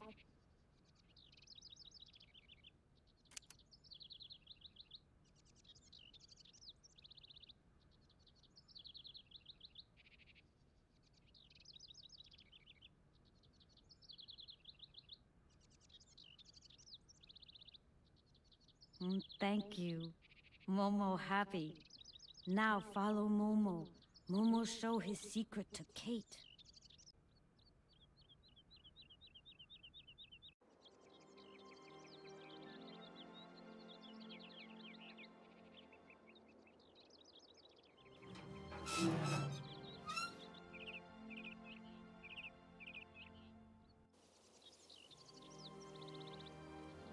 Uh-oh. What happened? Okay.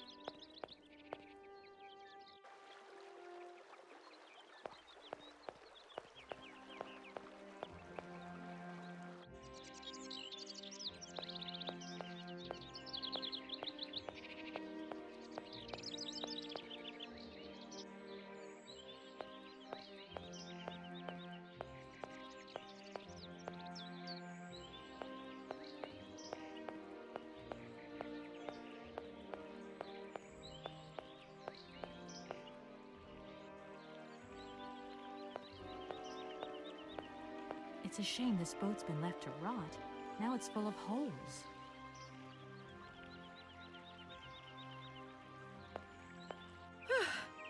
There you are, Momo. This is some walk you've taken me on. I've got to say, though, it sure is mighty pretty. Momo come here often. Momo like make splash in water.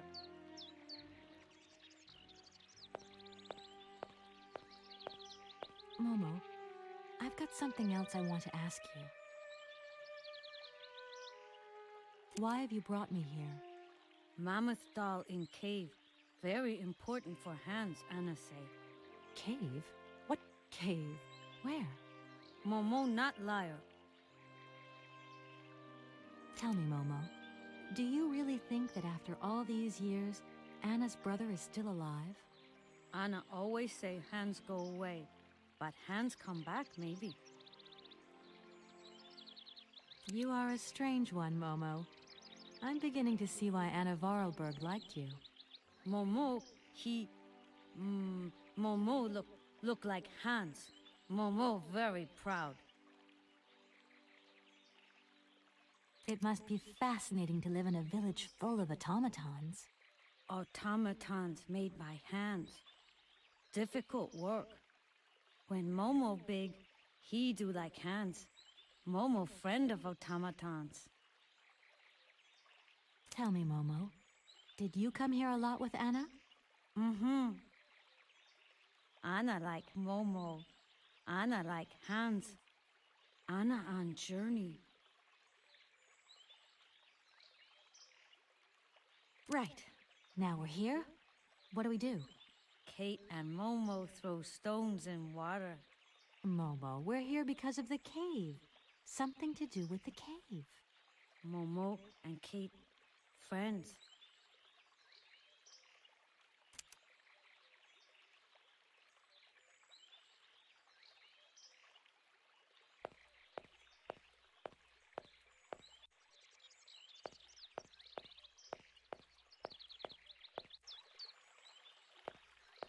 It must be broken. I've got to get a helping hand here.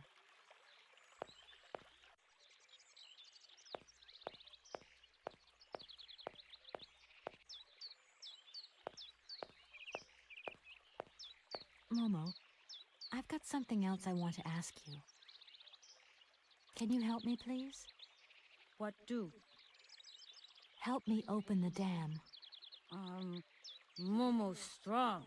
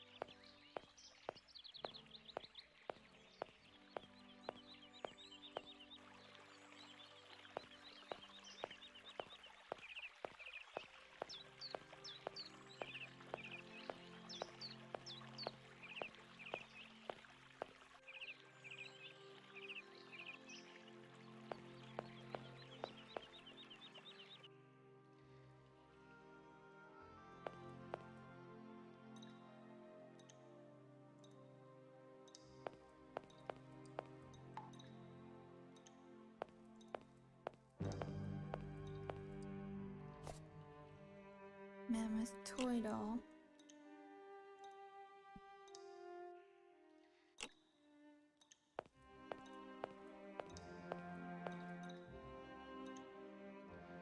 I think we got a little bit further than I did. I don't remember doing this.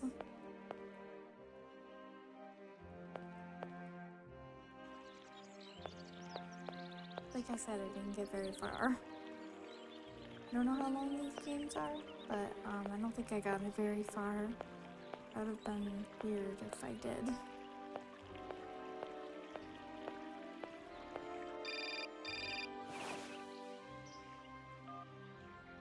Hello?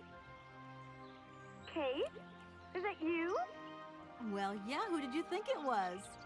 I didn't recognize your voice, that's all. Must be the distance or something. So, spill the beans. What's Europe like? You lucky lady, you. Honestly, I never get that kind of break. Well, so far all I've seen of Europe is this tiny village, and frankly, they're not very hospitable. The whole case is getting really complicated. There's this surprise heir I've got to find. I know. I talked to Lynn, who bumped into Joss, and she had coffee with the head honcho this morning. He didn't sound at all happy. The client's meeting him tomorrow, and when Marston tells him that the sale's not even gone through yet, whoa, you're gonna be pleased you're on the other side of the ocean when that bomb goes off. Yeah, I get the picture. But so, how about yourself? What's up at work? We lost the Farah Lou trial. I worked 5 months on that dumb case. I remember. So, for a bit of therapy, I went to Boomies. The sale started yesterday. Wow, lucky. It was absolutely crazy, Katie. Absolute mayhem. You know that blue silk top I wanted? Guess how much I got it for? I don't know, 250, 200? $140. Just get yourself back here and I'll go down with you. Like it's my choice. Look, I gotta go. Call me soon, huh? I want a blow-by-blow account of every moment of your great adventure. Get out of here. Look after yourself. You too. Yeah, I will.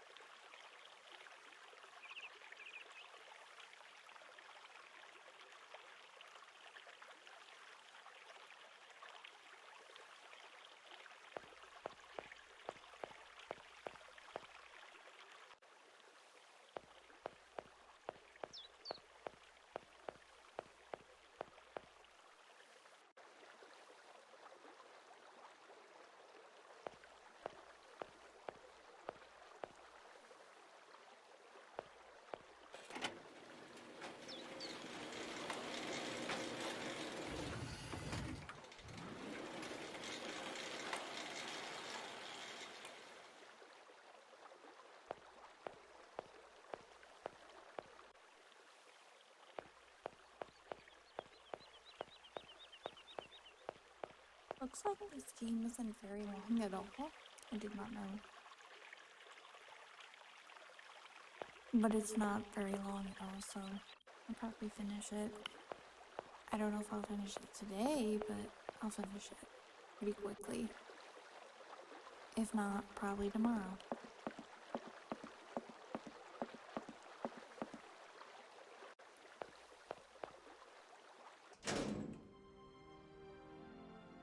I do remember being at this part, so I don't know. Maybe I did get further than I thought.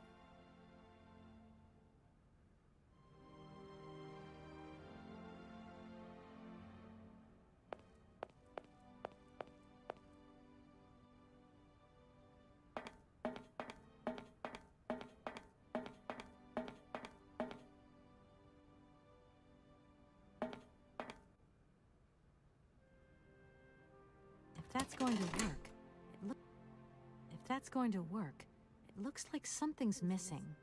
If that's going to work, it looks like... If that's going to work, it looks like something's missing.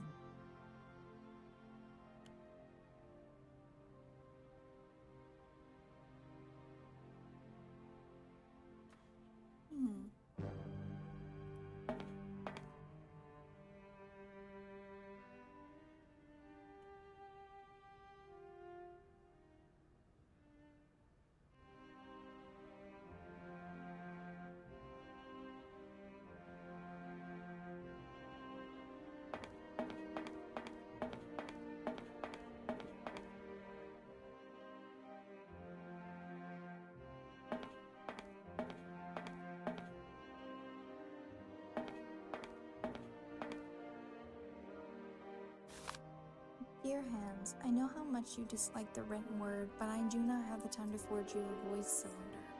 I imagine that someone in your entourage would be kind enough to read these few lines to you.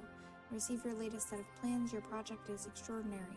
Your all-time masterpiece, perhaps. Time seems to have had no effect on your genius. Quite the contrary. I'm proud of you, my dear little brother. Sometimes I find it hard to believe that a century has gone by since the last time I saw you. It only seems like yesterday that you rushed away from Valladolid. We undertook production immediately, following your instructions to the letter. The locomotive was ready within a week. If only you could see it, but you will see it. That much I have promised you. It is magnificent. It seems impatient to set out on its maiden voyage. There's only Oscar left to build. I hope I will finish him soon, but as you can imagine, his mechanism is complex and takes a great deal of time and handiwork. Correct me if I'm wrong, but I understand you wish me to bring you that cursed prehistoric doll, the very thought of which I wonder if it is still in the cave, and if it is, what state it is in. But what does 60 years matter, after all, to an object already several thousand years old? I'm going to find it, Hans. I promise you. I have a bit of a nasty flu at the moment, which is running me down a little. I should be better in a few days, though. The sale of the factory is taking shape. The lawyer from New York should be visiting, and we will be able to sign the contracts. Then I shall... Oh my gosh. Invoices, invoices, more invoices. I never knew the factory was in such a bad way financially. These last 2 years must have been very hard for Anna Vorarlberg. Oh my gosh.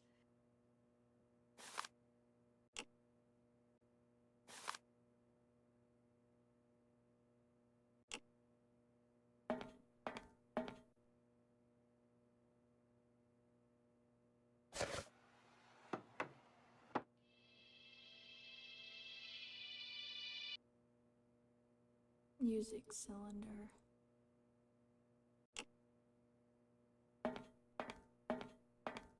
Okay, you can only really see the desk.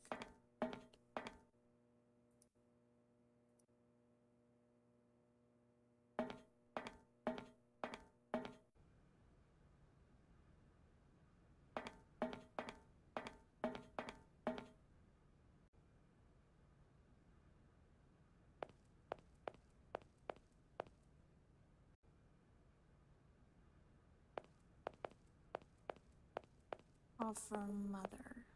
maybe. I think I seen that we're supposed to get a call from her mom. Guess we'll find out.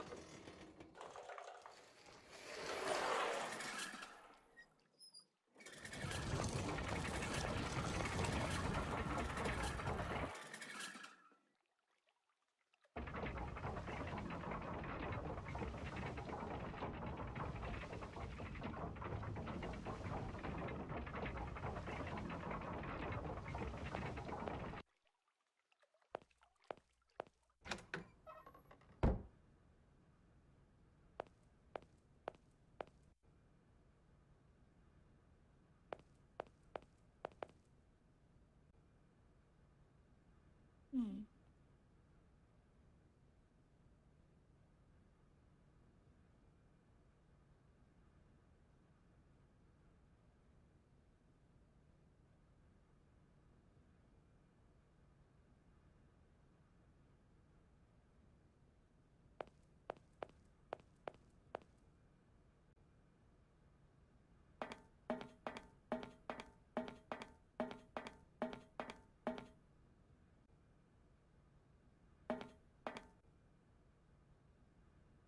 If that's going to work, if that's going to work,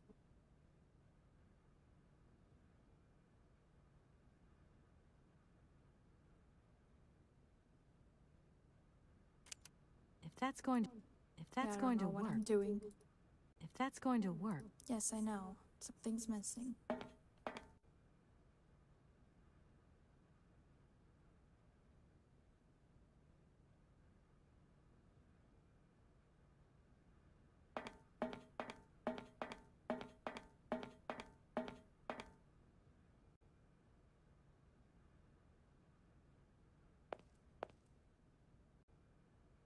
Ah, okay, this way. Haven't been here yet. There we go. Call from Mother now. yes, hello? Kate, what happened to you, my poor munchkin? I've been trying to contact you for hours. I'm in Europe, Ma, job thing. What? Europe? My God.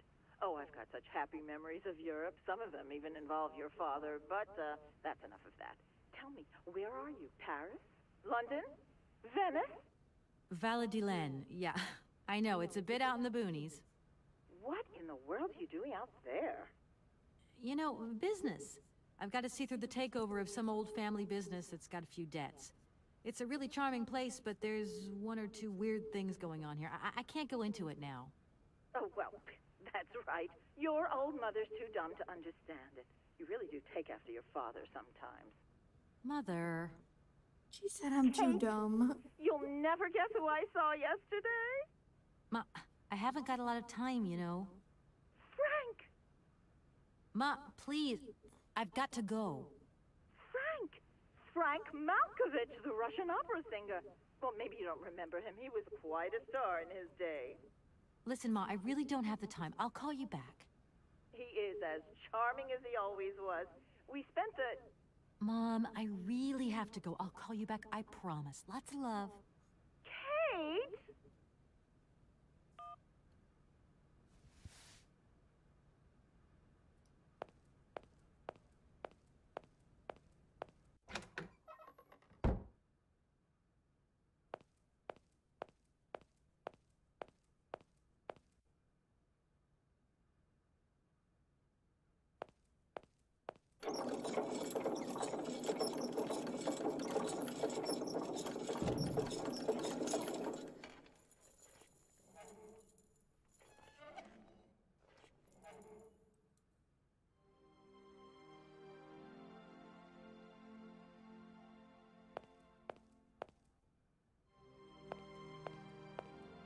Oh, many thanks indeed. I am most embarrassed for you to see me like this. I lack a certain completion. You see, nobody here found the time to polish off the finishing touches. Honestly, these days, we really have lost the art of good workmanship. Yeah, maybe. With whom do I have the honor of speaking? Could you please state your identity, articulating clearly? My name is Kate. Kate Walker. Allow me to introduce myself. I am Model XZ2000. My common name is Oscar. I represent the technological zenith of this factory's production. I have been designed to drive a locomotive. A touch messy, but an essential task.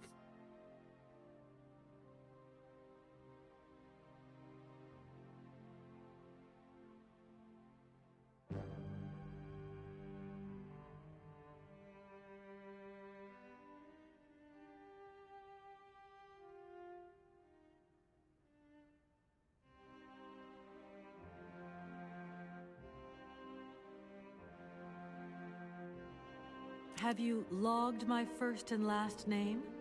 Perfectly. Kate Walker. Pleased to meet you. Me too, Model XZ2000. Please, all my friends call me Oscar. This fad for cryptic names is such a bore. Could you imagine being called by your passport number? I suppose not, Mr. Oscar. Sir.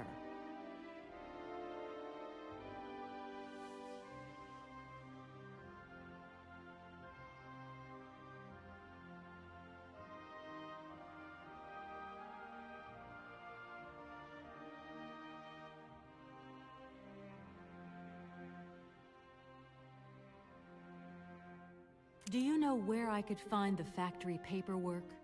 I cannot reply to this question with precision. Try Anna Vorarlberg's office above the machine floor.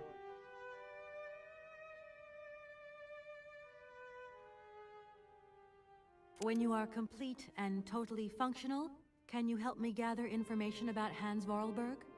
I'm afraid I can't, Kate Walker. Duty calls. Once I've recovered my feet, I have to see to my post on the train. It's waiting for its engineer.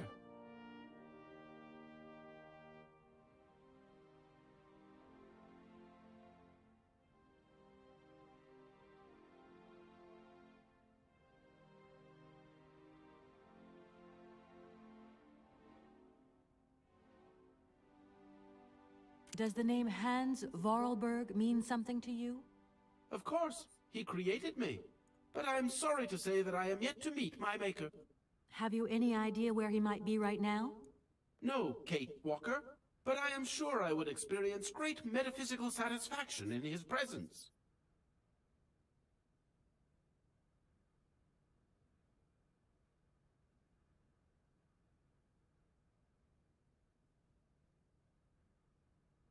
You said you were a train engineer? What train would that be? But Kate Walker, you have not seen the magnificent train waiting at the station? And where is that train going, Mr. Oscar? The train is going far away. Very, very far away indeed. Are you taking any passengers? My duty is to drive the train. Above all, to avoid delays. An engineer prides himself on punctuality. I will agree with you, though, Kate Walker, that a train without passengers is hardly a train at all. You haven't answered my question. For further details, please consult Anna Vorarlberg.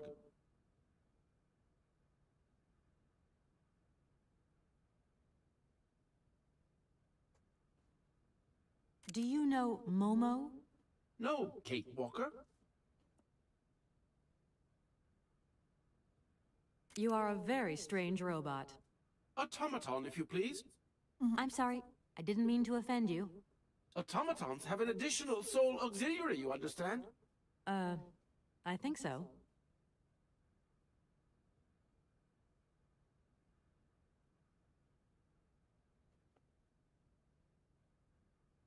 Has it been a long time since you last saw Anna Vorarlberg? 72 hours, 32 minutes, and 20 seconds to be precise. This regrettable absence explains the delay in my production process. Anna Vorarlberg is dead, Mr. Oscar. What do you mean by the notion of death, Kate Walker? Broken. Disactivated. Worn out. Damaged. Unplugged. Oh, that really is most bothersome. I'd rather counted on finishing my production.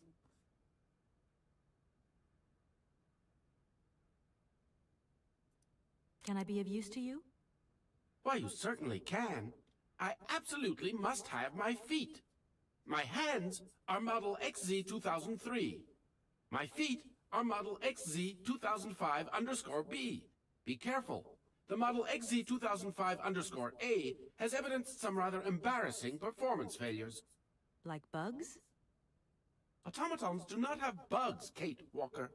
They simply display functional idiosyncrasies. I'm sorry, I didn't know. What do I have to do to get you a pair of feet? Use the assembly line to construct them.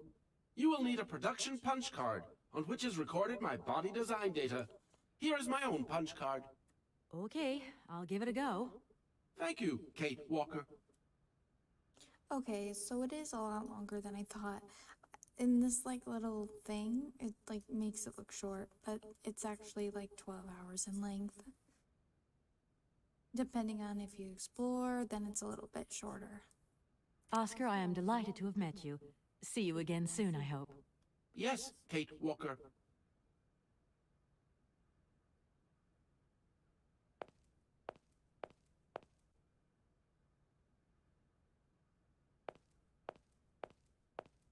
I don't need to do that again.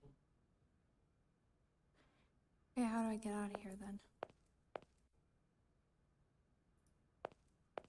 Guess there.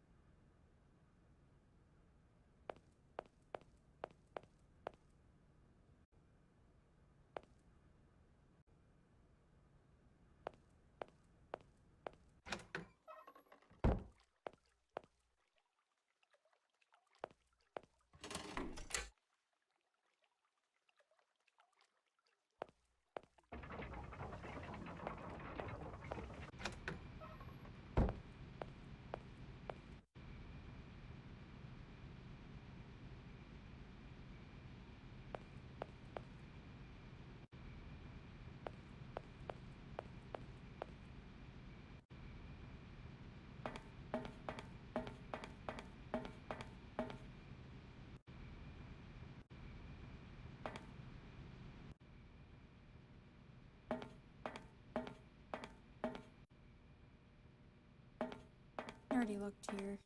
And just leave.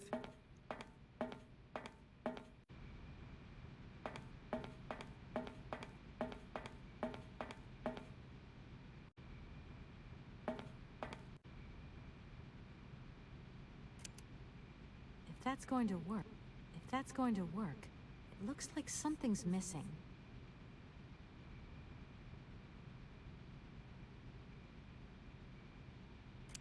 If that's going to work, it looks like something's missing. If that's going to work. What's missing? If that's going to work. If that's going to work. Wow, she really likes to tell me. If that's going to work. If that's going to work.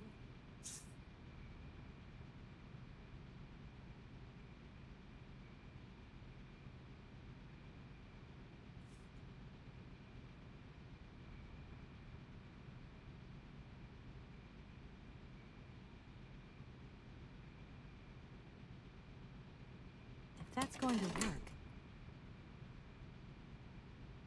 If that's going to work. that's going to work, it looks...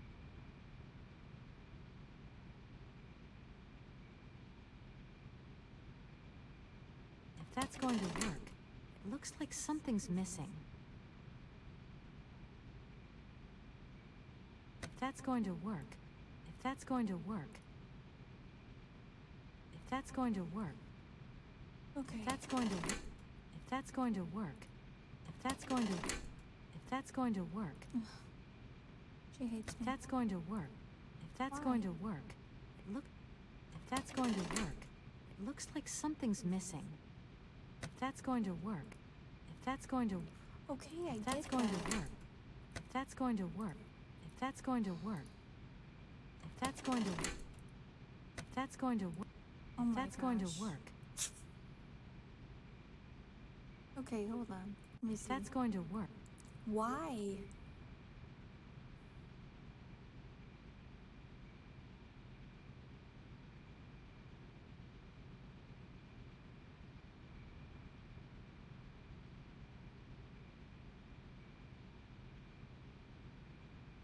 if that's going to work, if that's going to work, if that's going to work, Alright, what's going on? if that's going to, Why that's does going it to- keep saying that? if that's going,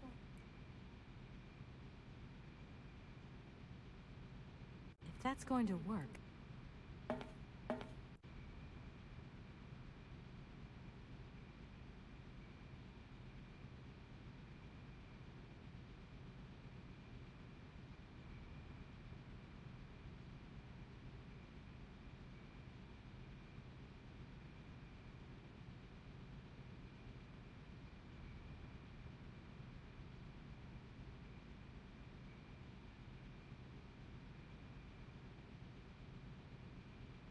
if that's going to work, if that's going to work, if that's going to work, if that's going to, if that's going to work, if that's going to, if that's going to, if that's going to work, I don't know. if that's going to work, Okay, we get it. We are gonna end it there. That was driving me a little crazy, so we're gonna end it there and then we're gonna continue on tomorrow. Thank you for joining me, and I'll see you next time. I know that reading definitely ate a big chunk of the game time, but yeah, we're gonna play this out.